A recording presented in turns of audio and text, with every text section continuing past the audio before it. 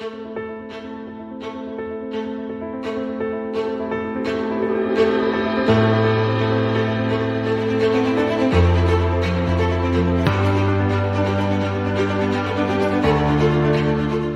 Président. Bonjour, Monsieur James. Déjà, peut-être vous présenter. Oh, Encore une fois de plus. encore une fois de plus, Monsieur Tchorere, président du parti Cercle Omega. En effet. Si j'enlève cette casquette, je suis le président de la fondation Ted Tchorere, mais là c'est politique. Évidemment. Je suis le président du parti Cercle Omega, parti républicain, En effet. qui aujourd'hui, compte tenu de la situation particulière du Gabon, on n'a plus de parti d'opposition, on n'a plus de parti de la majorité. Nous avons tout simplement des partis politiques qui évoluent dans la République et qui doivent normalement participer à la vie politique du pays. Alors, Monsieur Marcel Robert Tchorere, président Cercle Omega, bien cela. Nous sommes en face des personnes qui nous regardent. Déjà nous remercier par rapport au fait que vous soyez sur notre plateau aujourd'hui. C'est un honneur pour nous. Nous allons parler ici des questions de référendum. Un an déjà que le CTRI a pris les rênes et nous avons balayé nos caméras dans les rues de Libreville. Et selon, entre griffes, j'ai juste envie de dire que les Gabonais donnent un bilan positif au CTRI, en tête desquels le chef de l'État prescripteur pour les Guinée. Parlons du référendum.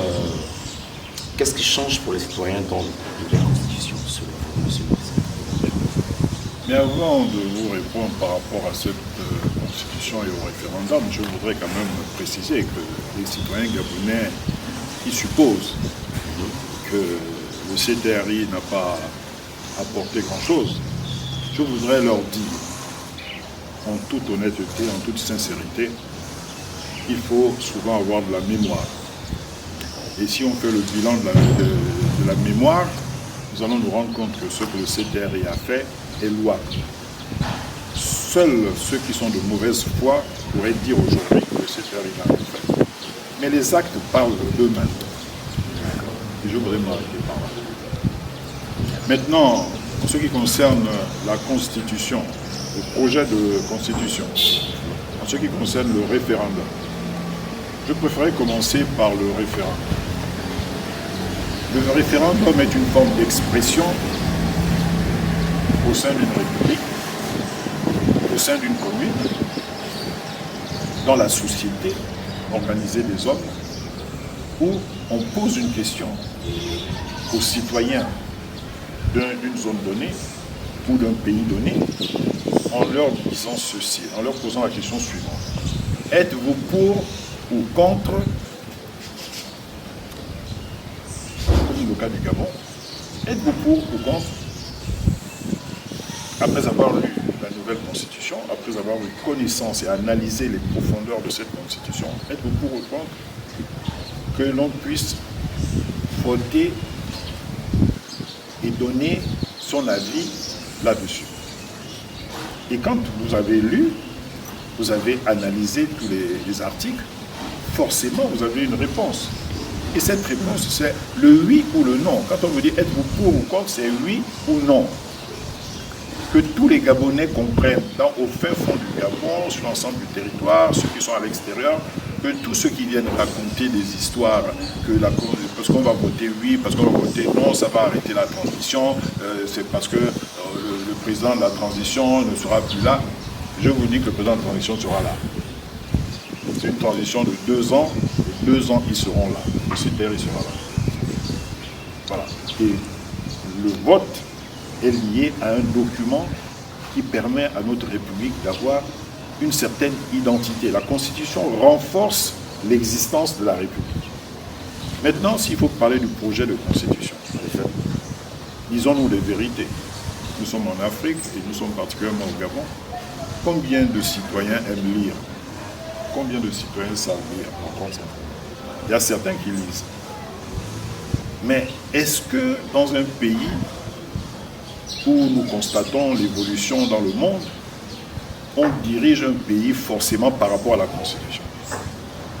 Un gouvernement ne dirige pas un pays par rapport à la Constitution. Un gouvernement dirige un pays par rapport à son programme politique, son projet de société ou la feuille de route que le président de la République met à leur disposition, tout en s'appuyant sur les normes constitutionnelles pour ne pas violer la Constitution. Mais ce n'est pas parce que vous allez écrire l'article 17 ou l'article 20 ou l'article je ne sais pas quoi et que ça va être appliqué. Il ne faut pas que les Gabonais se trompent. C'est un document, c'est comme vous voyez chez les croyants, le Coran ou la Bible. Ils ont ces documents-là. Pensez-vous que le prêtre, le dimanche, quand il se lève, il parle là à l'église, quand il fait son homélie, il se réfère aux différents passages de la Bible en permanence? Non.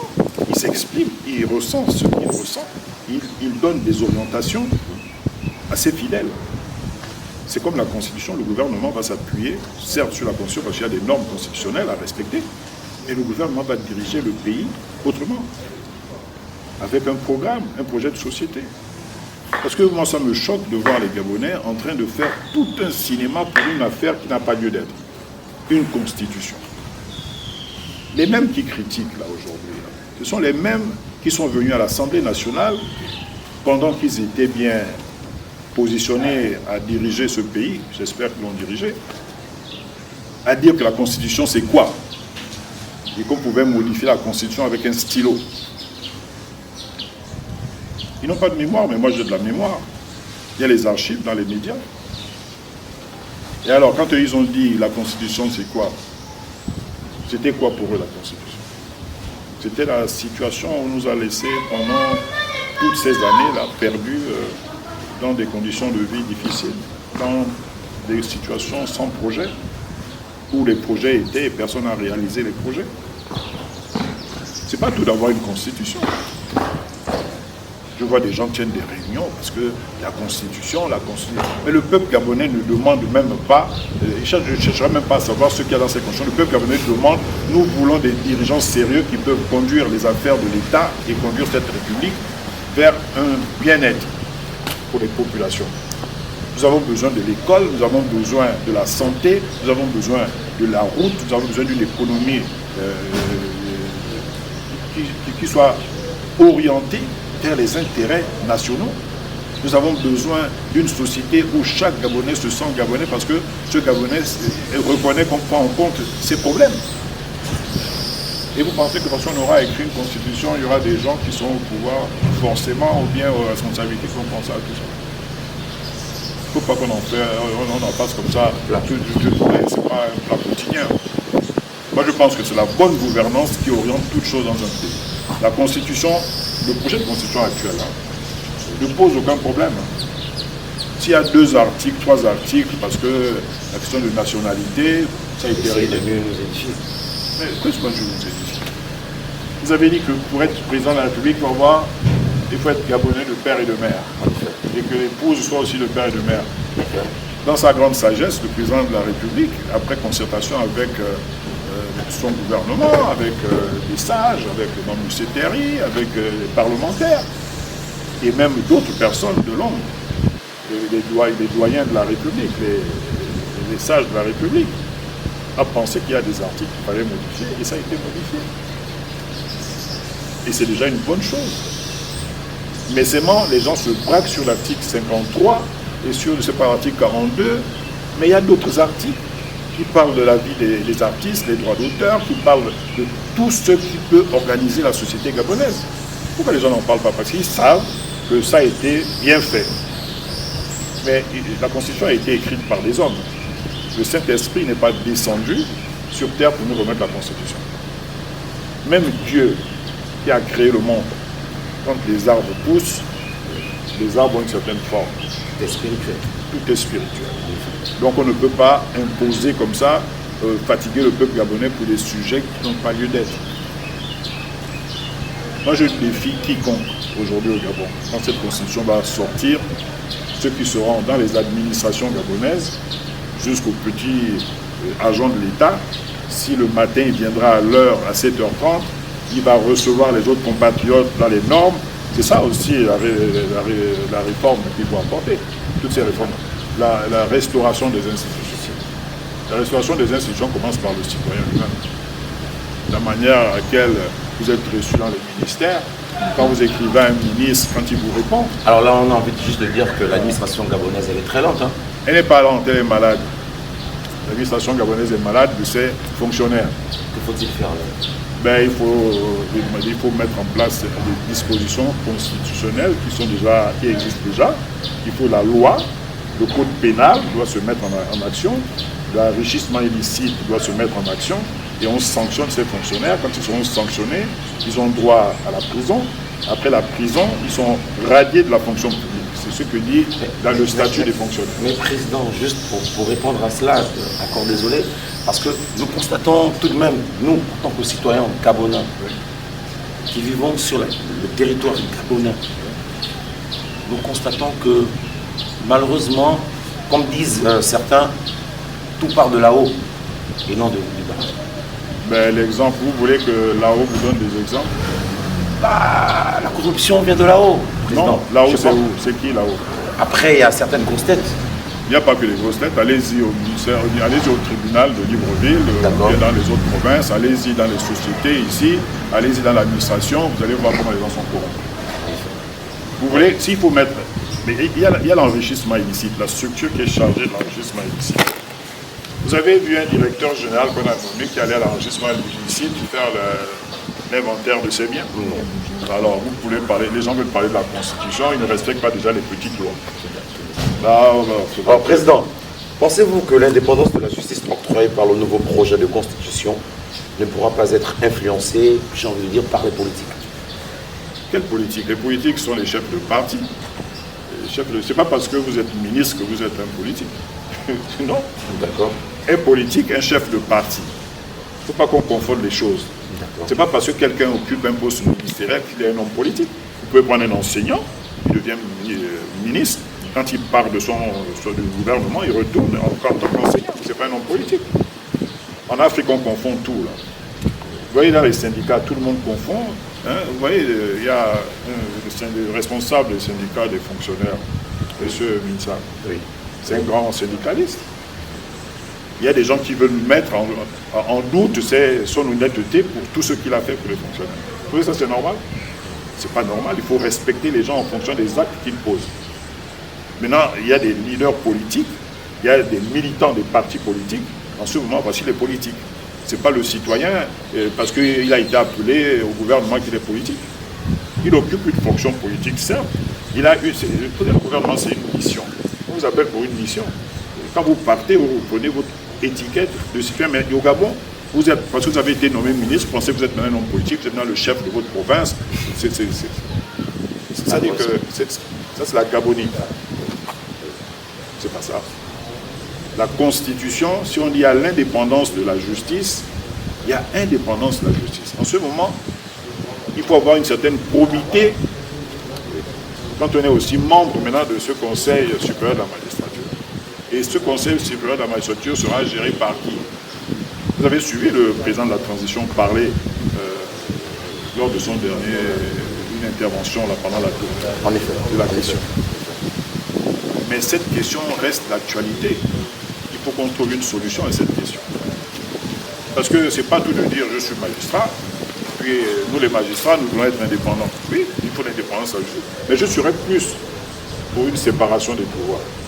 Mais l'indépendance de la justice, ça fera le royaume des magistrats. Pour être dans l'indépendance de la justice, il faut être un pays où les gens évoluent suffisamment dans les mentalités. Parce qu'après, ça sera, on sait comment ça se passe. Hein. Le Gabon souffre du tribalisme. L'administration gabonaise est malade du tribalisme des Gabonais. Il y a le tribalisme. Et puis, ça sera des carcans de milieu. Ça se regarde ma province, on se retrouvera 80% des gens d'une seule province dans cette structure. Malheureusement, c'est cela, la Gabonite. Mais ça, c'est la Gabonite. Hein. C'est ce qui nous tue. C'est un virus terrible qui frappe trop les Gabonais. Quelles mesures à prendre par rapport à ça?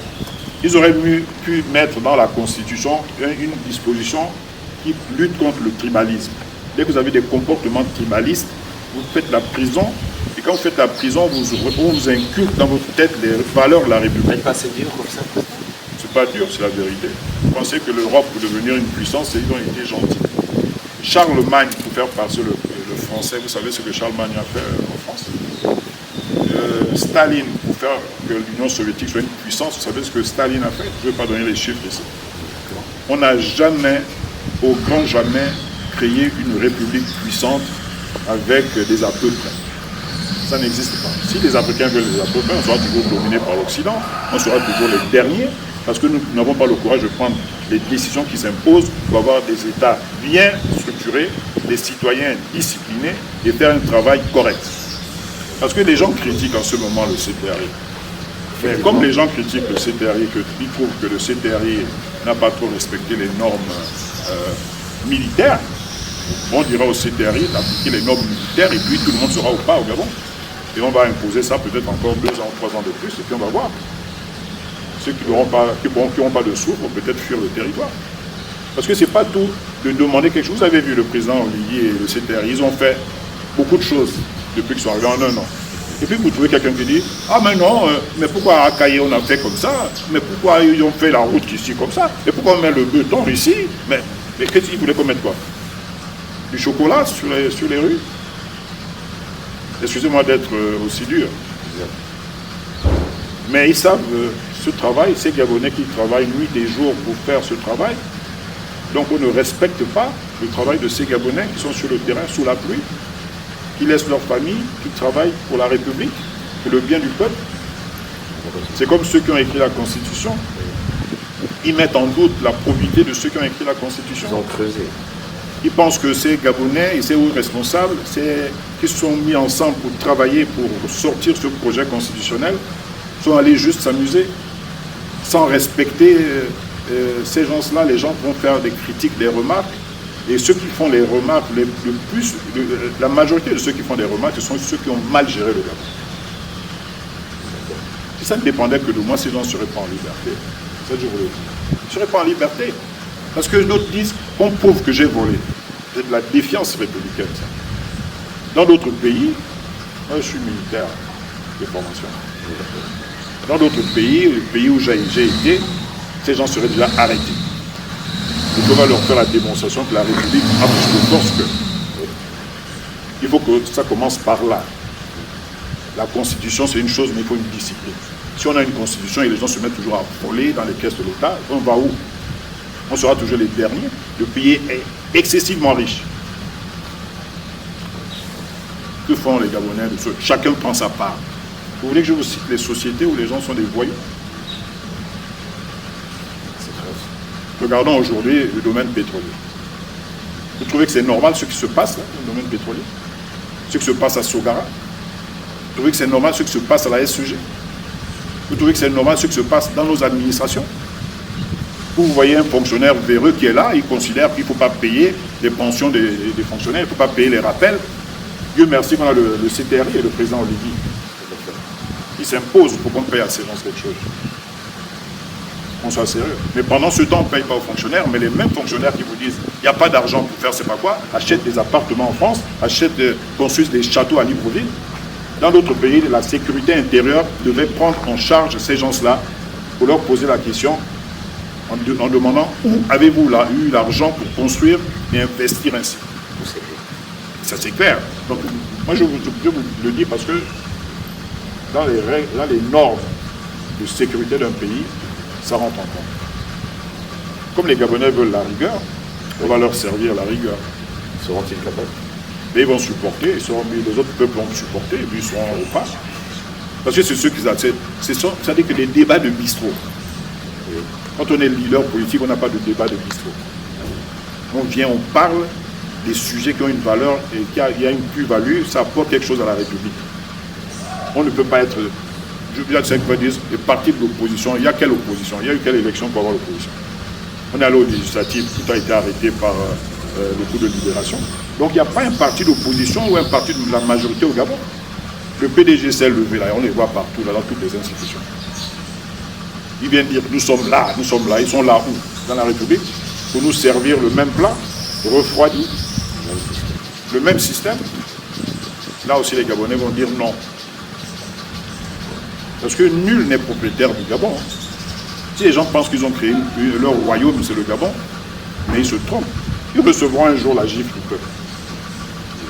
Là, c'est le CTRI qui a stoppé l'hémorragie.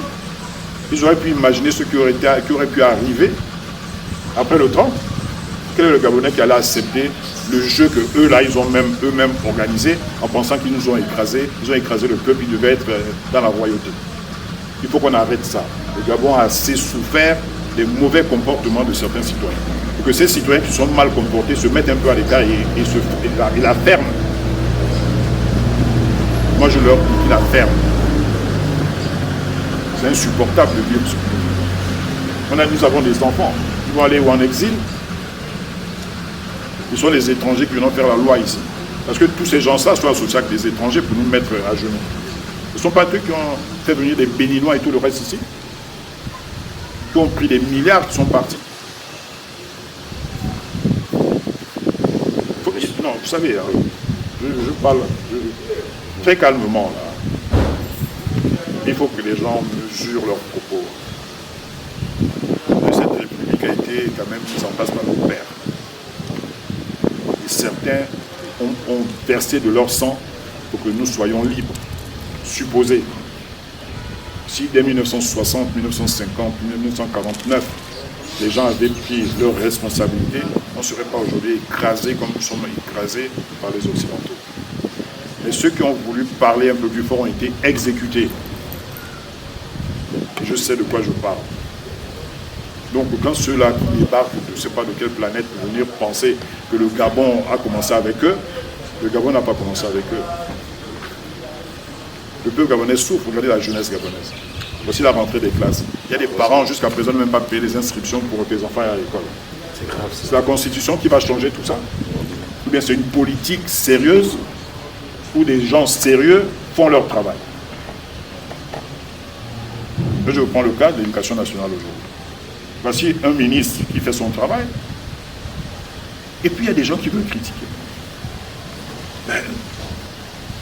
On dit, on ne paye plus certains frais au niveau des établissements. Il y a des directeurs d'école qui considèrent qu'il faut toujours payer ses frais, et on s'en fout. Et quand on va appliquer la loi, parce qu'il faut de la Constitution, mais si on applique les normes constitutionnelles, ils seront en prison. On va dire, le président, tu aurais parlé de prison. Moi, je ne parle pas de prison, je n'ai pas inventé la prison.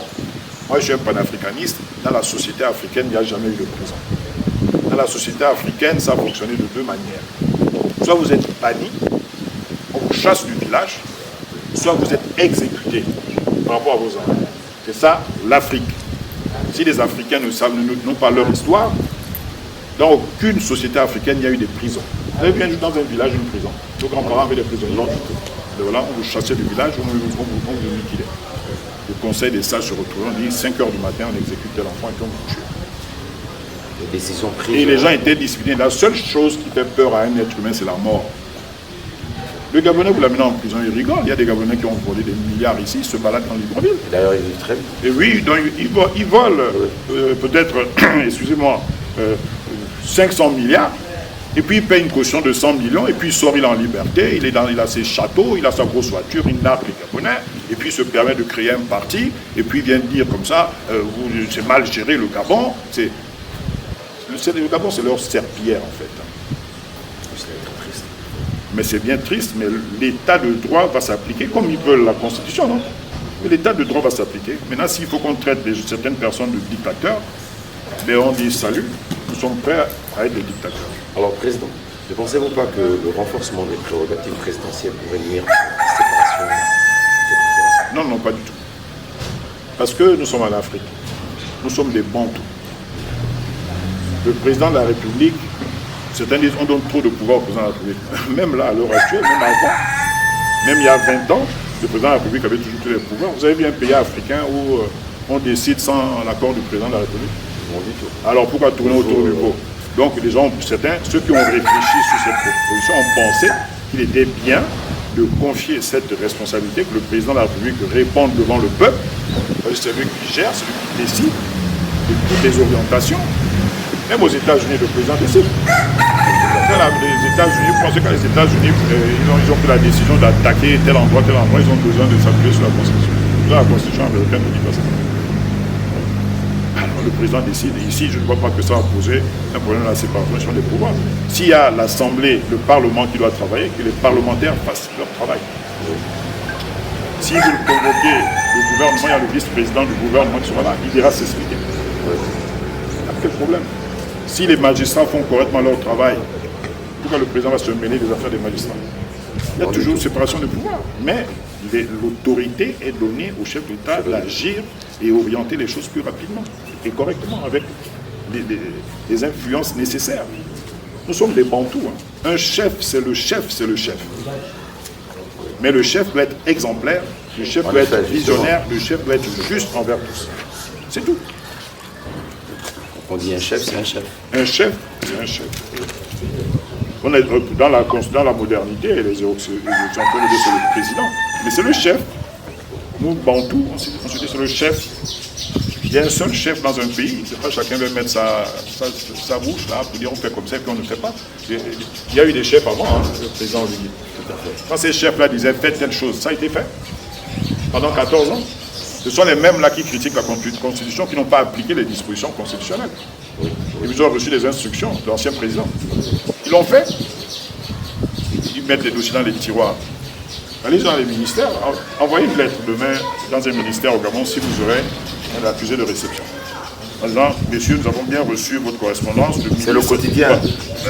Ça, ce sont des règles. C'est là, quand vous êtes fait MENA, on vous enseigne que quand vous recevez un document dans une administration, vous devez répondre aux citoyens. Nous pensons que vous savez, à l'époque, j'ai écrit au président Mitterrand, il m'a répondu. D'accord. Action-réaction. Madame Mitterrand m'a répondu. Monsieur le médecin qui était ministre m'a aussi répondu. Kouchner m'a répondu. Ça a mis 2 semaines pour reçu la réponse. C'est une mission efficace, contrairement à la nôtre. Mais voilà, il ne faut pas avoir. Vous venez penser que parce qu'on vous a nommé directeur général, vous devez écraser vos argent dans le ministère, vous prenez des airs, vous détournez les fonds de votre direction, et puis vous êtes là, vous faites votre cinéma, et vous n'êtes pas productif pour l'État. C'est là aussi le problème. Allez d'aller crier sur la Constitution, machin, le CTRI veut faire machin. Voilà le problème. Oui. Mais ne vous en faites pas. La transition n'est pas terminée. Ceux-là, on va s'occuper d'eux.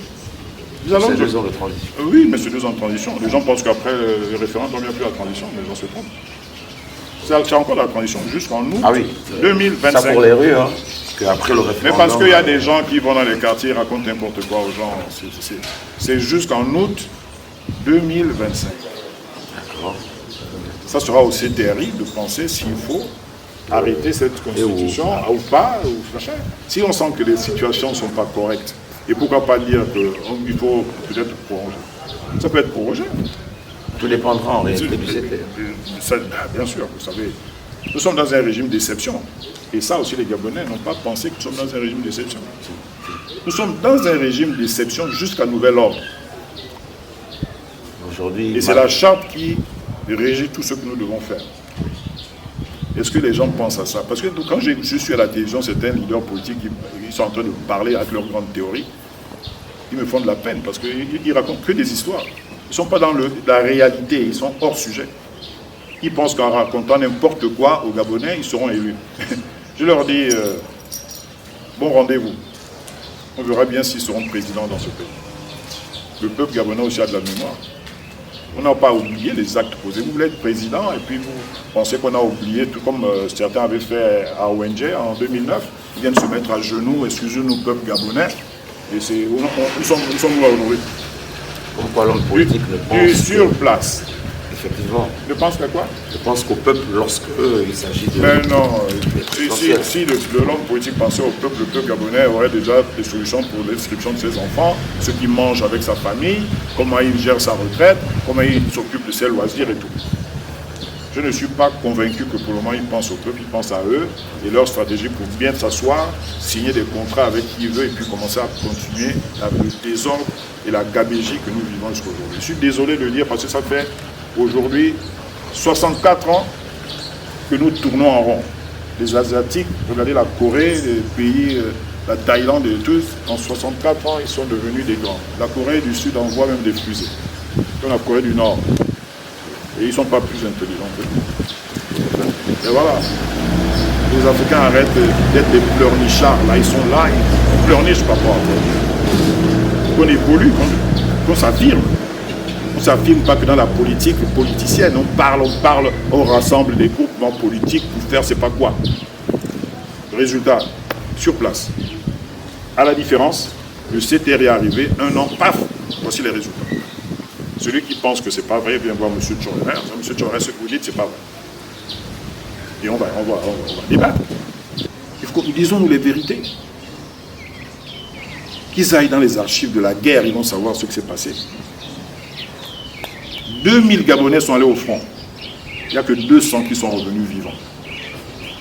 Plus de 150 000 Africains sont allés au front. Ils sont revenus que 2000.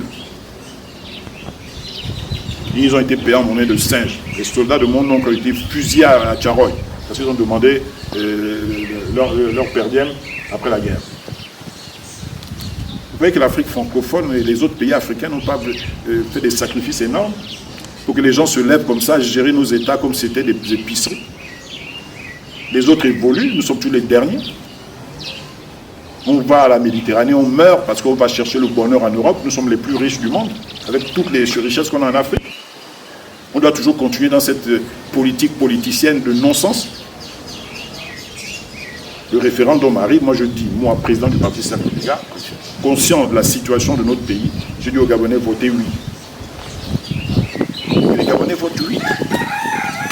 Et après ça, quand on aura voté oui, les nouveaux dirigeants vont nous expliquer comment ils vont conduire les affaires du pays. Ce n'est pas tout de voter oui, mais là, les nouveaux dirigeants, quand ils vont se comporter de manière bizarre, il faut pouvoir leur dire stop. Parce que la Constitution donne ses pouvoirs aussi au peuple. Parce que tout le monde dit à la télévision, le peuple est le premier parti de la République, c'est le peuple.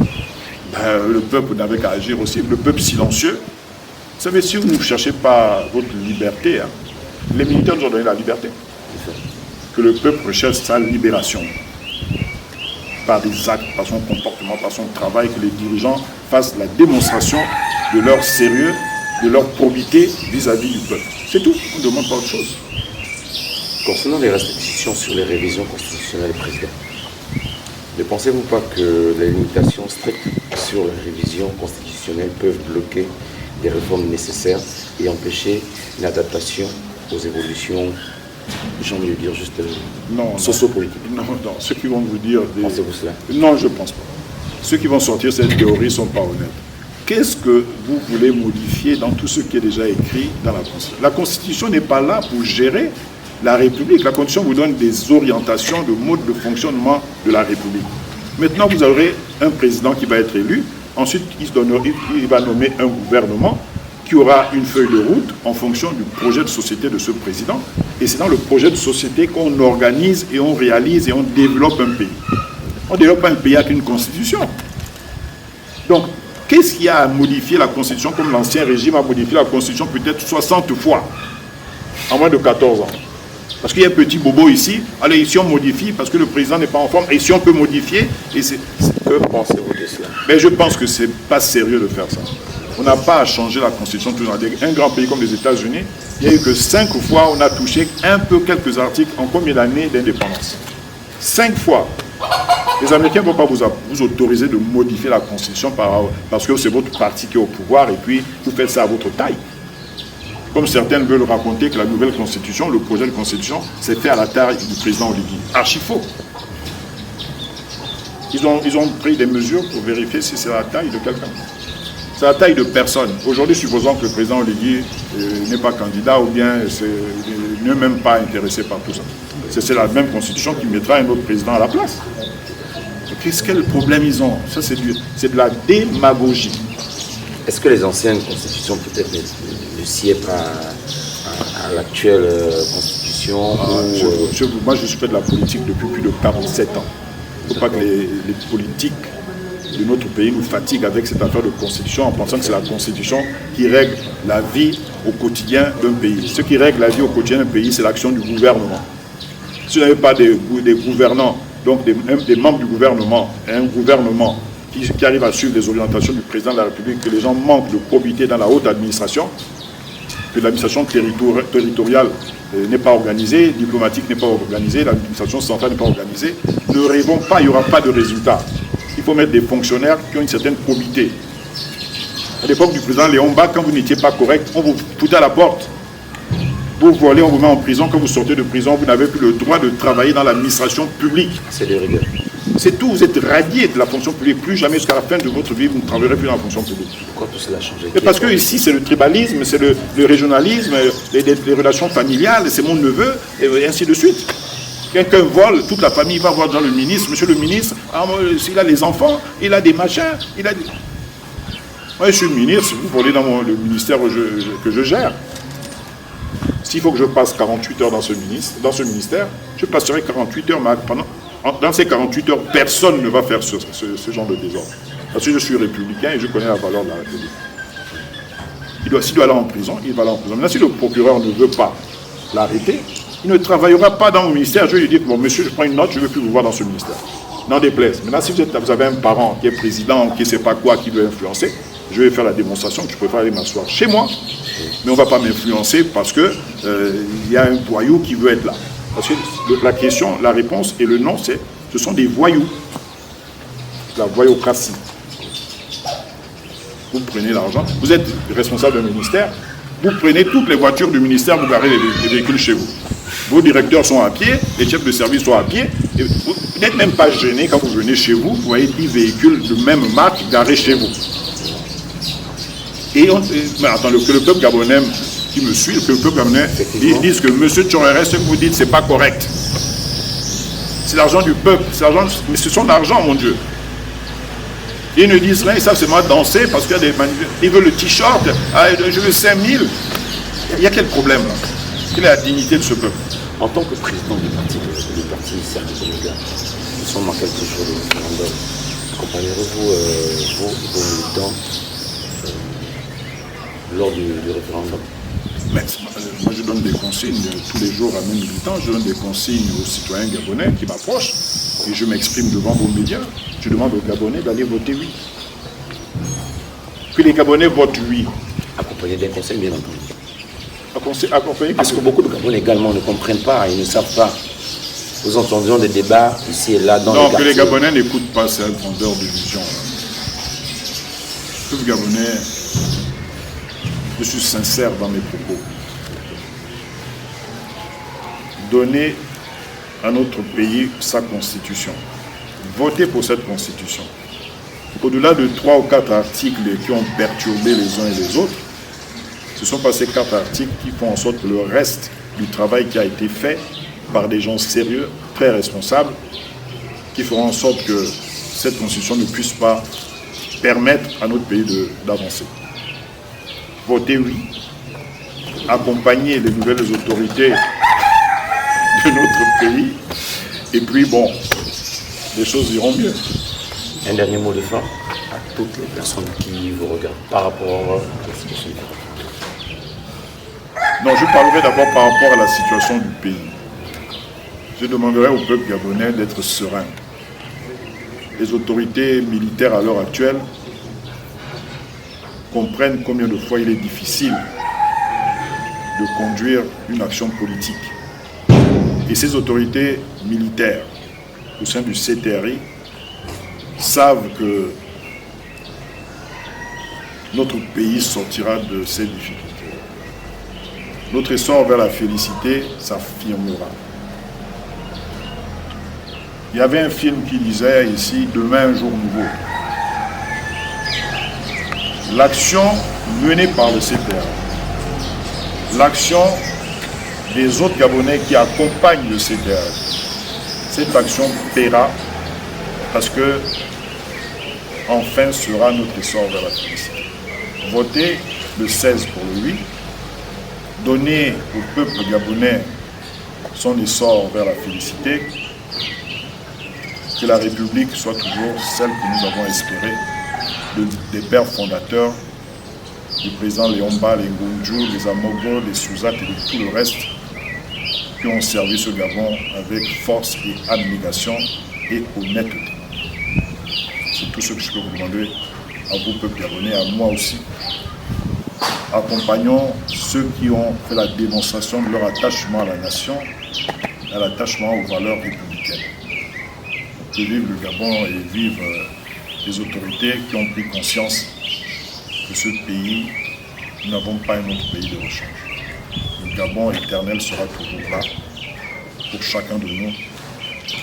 et que nous ayons de la mémoire pour tous ceux qui ont versé leur sang pour le bien-être et l'avenir de notre peuple. Merci. Merci. C'est moi qui vous dis merci.